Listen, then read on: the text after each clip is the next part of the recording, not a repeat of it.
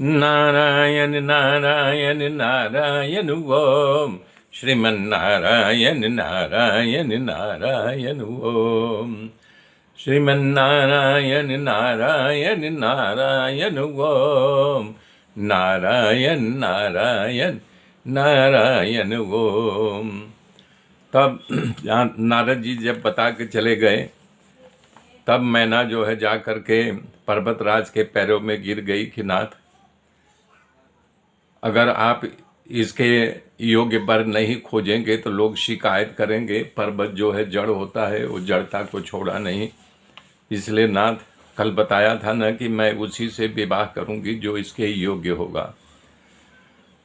तो पर्वतराज समझाते हैं, तुम जा कर के तप करो और अपनी लड़की को दीक्षा दो, अगर उससे स्नेह करती हो।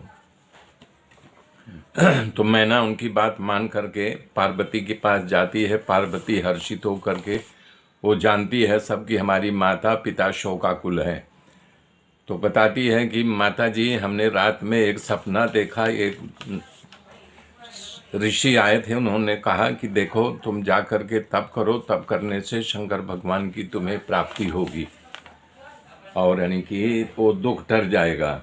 तो पार्वती थी यही मैना कहने आई थी पार्वती को, तो हर्षित भी हो गई। बोले बेटा तप करना है? तो बोले हाँ। जब पार्वती जी तैयार हो गई तो सब बड़े दुखी हो गए, उनके माता पिता प्रजाजन, कि इतनी सुपुकार कन्या जो है तप करने जा रही है, लेकिन उनको जाना ही था। जा करके उन्होंने कठोर तपस्या करना शुरू कर दिया। 1000 वर्ष तक कंदमूल फल खा करके उन्होंने तपस्या किया। इसके बाद हवा पे रहने लगी और पानी पर। उसके बाद फिर जो बेल के सूखे पत्ते गिर जाते थे, 1000 वर्ष तक वही खा करके वो तपस्या करने लगी। इसलिए उनका एक नाम अपर्णा भी है। इस प्रकार से तप करते करते तब ब्रह्मा जी ने आकाशवाणी किया कि हे पार्वती, तुम जो इतनी कठोर तपस्या किया है वो किसी ऋषि मुनि ने ऐसा नहीं किया है, कोई साधु संत नहीं किया है। तुम्हारी मैं तपस्या से अति प्रसन्न हूँ। अब तुम हमारी बात सुन लो, भगवान शंकर की प्राप्ति तुम्हें होगी, वही तुम्हारे वर होंगे, ऐसा मेरा आशीर्वाद है। तुम्हारे माता पिता मिलने आए तो तुम घर जाना, और तो और सप्त ऋषि तुम्हारे पास जाएंगे, और जब आ जाएं तो हमारी जो है आकाशवाणी सत्य मानना और घर चली जाना। इस प्रकार से उनका जो है व्रत टूट गया। उन्होंने बड़ा कठिन तपस्या किया था और उसी समय पर्वतराज मैना भी उनको लेने आए। हर्षित हो करके वो घर आ गई।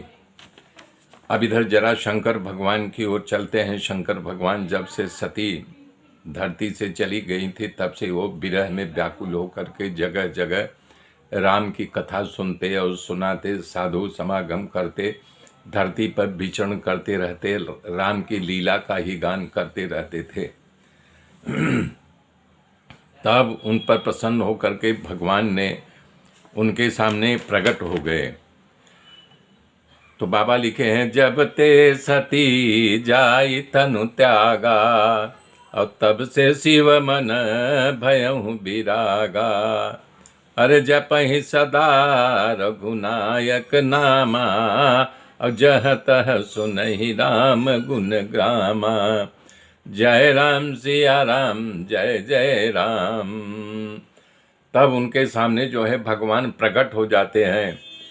तो तुलसी बाबा यहाँ भी लिखे हैं, अरे प्रगटे राम कृतज्ञ कृपाला, अरूपशील निधि तेज विशाला।